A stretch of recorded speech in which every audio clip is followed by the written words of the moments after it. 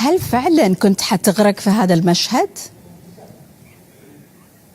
حصل للاسف. انت اول واحده احكي لها الحكايه دي. ايه قول لي ايش صار؟ انا قبل كده انا الموضوع الغرق ده عملناه في الجزء الرابع في نفس المكان ده. بس احنا كانت الحكايه مختلفه. ومتعود على الموضوع ان انا اغطس والكاميرا تصورني تحت. المره دي هم لما انا المره اللي فاتت لما نزلت في الغرق ده كنتش مربوط. المره دي كنت مربوط.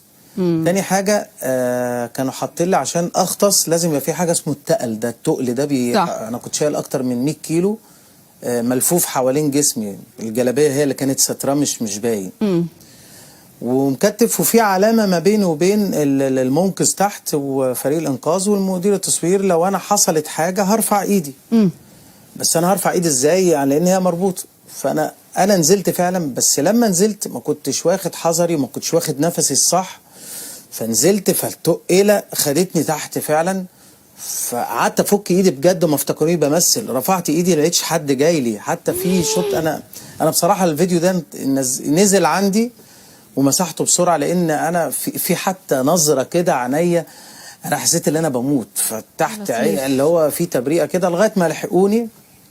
هبقى هبعت لك الحته صغيره الفيديو ده. ايوه.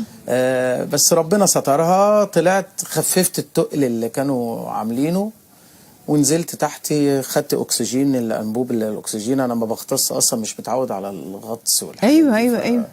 بس عدى المشهد واتعمل حلو الحمد لله. الحمد لله والله. بس فعلا كنت هغرق في اليوم ده فعلا بجد. لا والله يطول عمرك يعني يا حماده. تحتاج تنتبه اكثر يعني الان يعني عشان المداح الجاي خلاص دحين انت رفعت سقف توقعاتنا. لا ان شاء الله كان هيبقى اسطوره البسين. حلوه دي يا حماده عجبتني.